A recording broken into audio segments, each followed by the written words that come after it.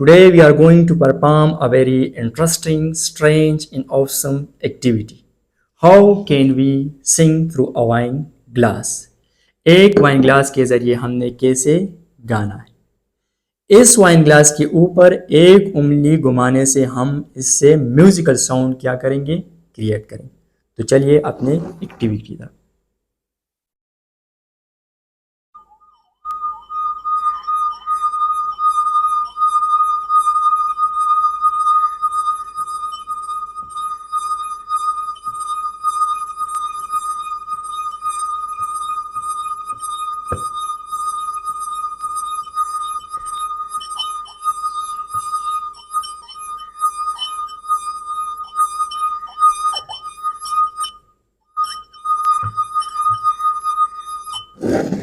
वो चीज़ जो बहुत से लोग उसको जादू समझते हैं।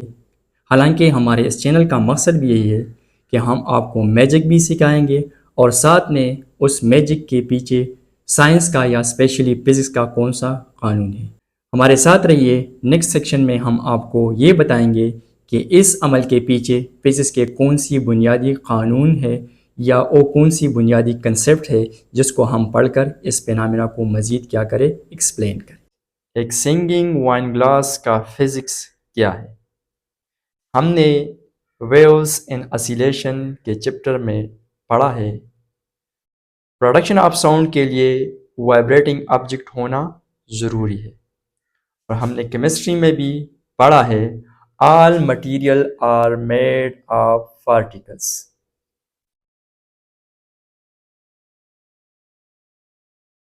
जब हम इस रिम के ऊपर उंगली दबाकर फेरते हैं तो इस अमल की वजह से रिम के जो एटम्स है वो वाइब्रेशन में आते हैं, जिसकी वजह से ये वाइन ग्लास एक सुरीली आवाज़ प्रोड्यूस करता है। अब जहन में एक सवाल उठता है कि चलो हम ये एक्सपेरिमेंट एक नॉर्मल ग्लास के ऊपर करें तो उसमें तो कोई आवाज़ प्रोड्यूस नहीं होता। हालांकि ये भी किसी मादे से मिलकर बना होगा, एटम से मिलकर बना है, तो ये क्यों आवाज़ प्रोड्यूस नहीं करता। तो इस सवाल का जवाब देने के लिए हमने इन दोनों ग्लासेस का कंपोजिशन मालूम करना है और फिर इसके बाद ये जानना है कि how can we easily produce a sound in different mediums और डिफरेंट मटेरियल्स, कि एक मादे में आसानी के साथ आवाज़ प्रोड्यूस होता है और दूसरे में आवाज़ प्रोड्यूस नहीं होता। तो इसका बुनियादी वजह क्या है।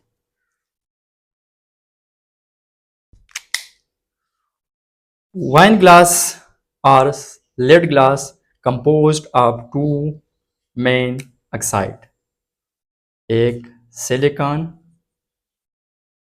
डाइऑक्साइड SiO2 और दूसरा लेड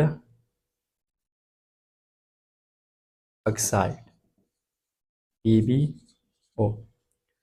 इसके बरक्स नॉर्मल ग्लास और soda lime glass made of three oxide, एक सिलिकॉन डाइऑक्साइड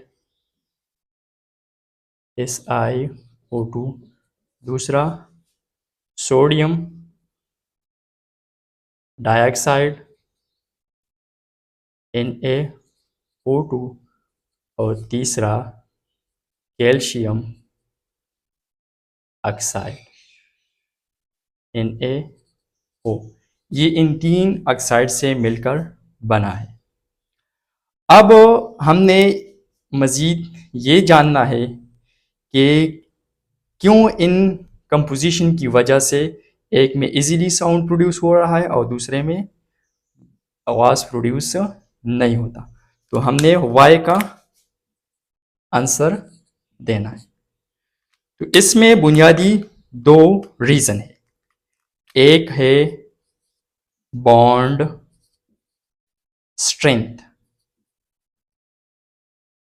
और दूसरा है एनर्जी कन्वर्जन।